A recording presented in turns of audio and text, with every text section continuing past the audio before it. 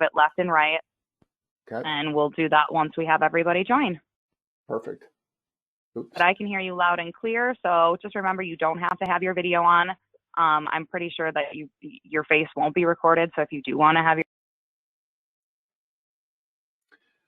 Hello and welcome today as we go over the top 5 underutilized carrier programs. This is kind of interesting in the fact that a couple of these have changed recently just in the COVID environment that we're in. But again, as these things are out and make sure employees understand them fully and really take advantage of these type of programs as they come up and are hopefully added to places where they may not be already utilized. So as we start our agenda today, just kind of quickly, what is underutilized carrier programs? What are some examples of some underutilized programs? Some additional information on that, and then why these programs and benefits are so important, and then kind of just wrapping up with some final thoughts and/or questions.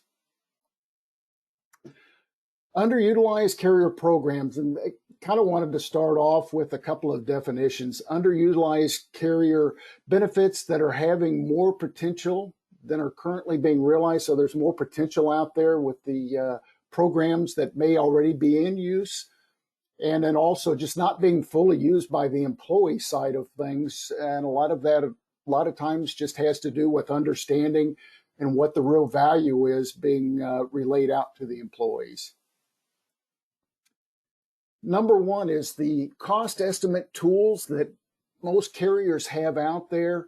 It's just really important that people use that. And so often as the doctors, when they tell you, hey, I'm going to go get you an MRI, most people just say, hey, okay, where are you sending me? And you go there.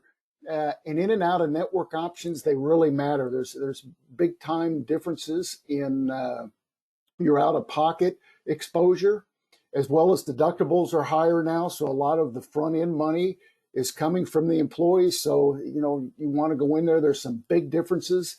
And again, an informed consumer is a savvy consumer. So you want to go out and make sure you're seeing these differences. One big case in point is always with MRIs.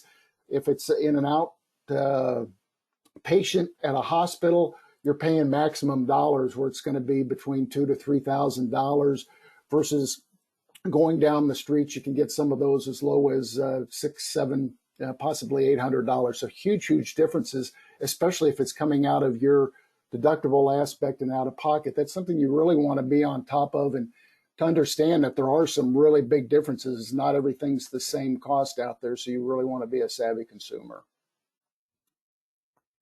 Secondly, this has become a lot more popular, again, here in the COVID times with employee assistance programs.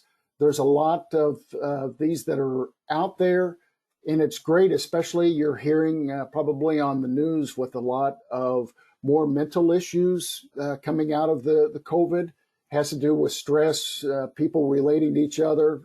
It's interesting when you see people get together now these days, they seem to stay a lot longer than they used to.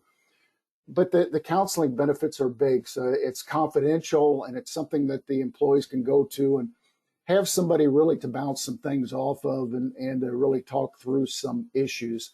That also goes with work-life benefits, assistance for other personal and or financial matters. There's a lot of financial issues out there right now between different people that have gotten laid off and having to work through different situations. And that has to do too, even with two household incomes where possibly a spouse has been laid off and the income has changed from what it initially was possibly earlier in the year.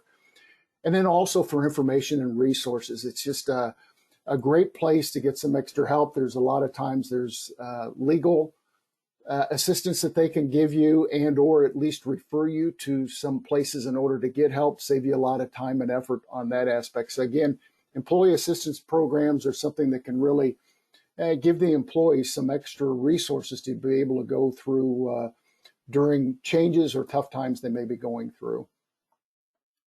Wellness engagement again, this is another one we're seeing a little bit more of during COVID times, but this has been one that has been underutilized, and it is staying healthier. It's being more proactive.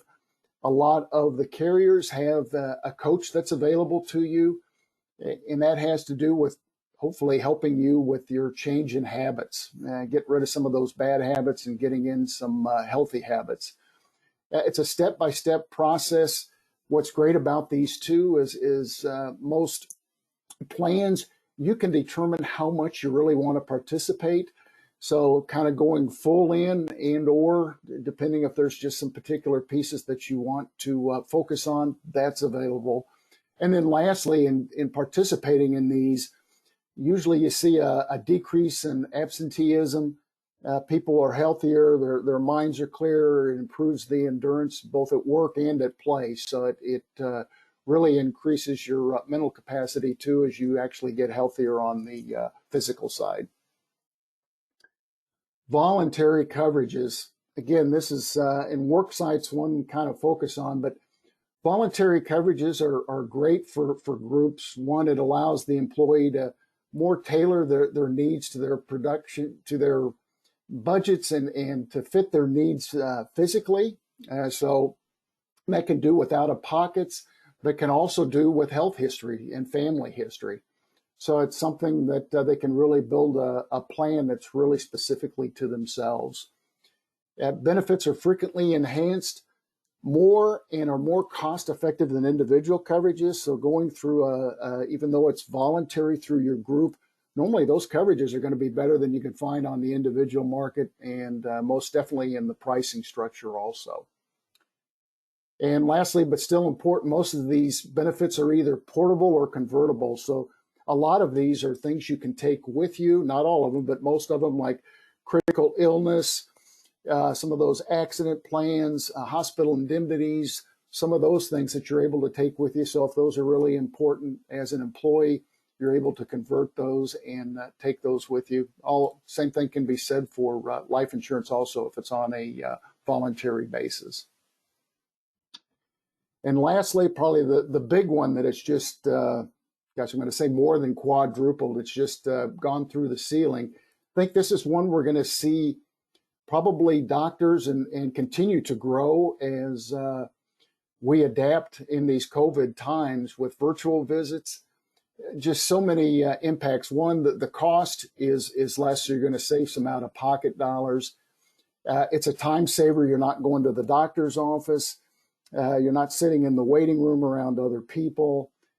It's you're not having to be on the phone trying to make an appointment. These things are quick when you go in with doing that. Tell them when you want to set it up, and they set you up, and it's great because it is 24/7. So weekends, late at night, when a lot of these things seem to come up, you're going to have the service that's available to you. And with all of these, with the virtual visits, they've expanded their capabilities. So you're seeing now too more mental issues that they're starting to take in through virtual visits, as well as more extensive health issues than they did originally. And as most know too, they can prescribe a lot of medications through these also. So it really has become much more elite than it was initially when this type of program came out, and really has just gone gangbusters since COVID. And people are seeing where there was resistance initially. Now they're seeing how really easy it is to be able to have these virtual visits. And we were one of the countries that were lagging in this. A lot of the other countries were way ahead of us in virtual visits. So now we've really made some great strides with improving that benefit and making it much more available in a lot more situations. Again, why are these types of benefits important?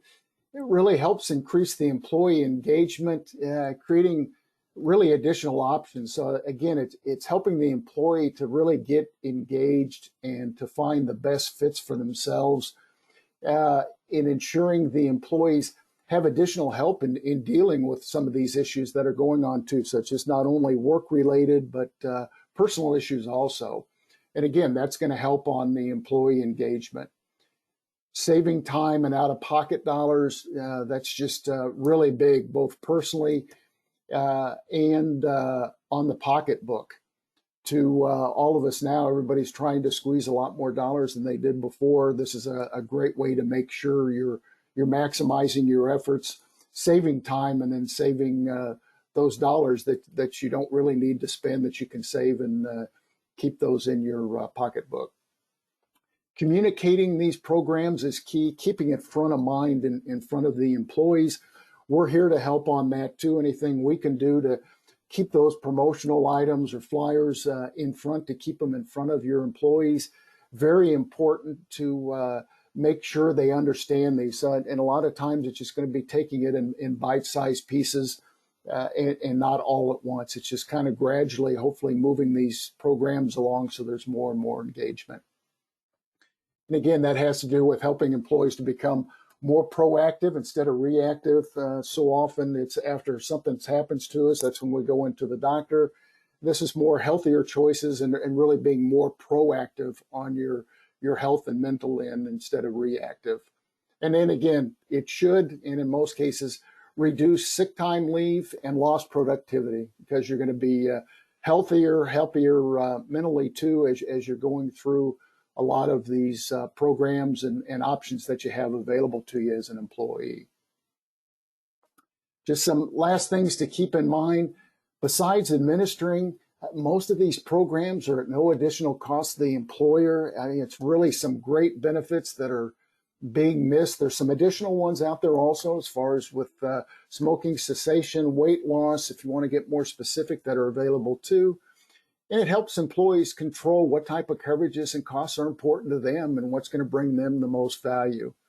And again, most voluntary benefits are portable and can be converted. So that's a biggie too, where the employee is not going to, hey, I'm doing this, but then when I'm gone, I don't have any coverage. A lot of these where they can convert.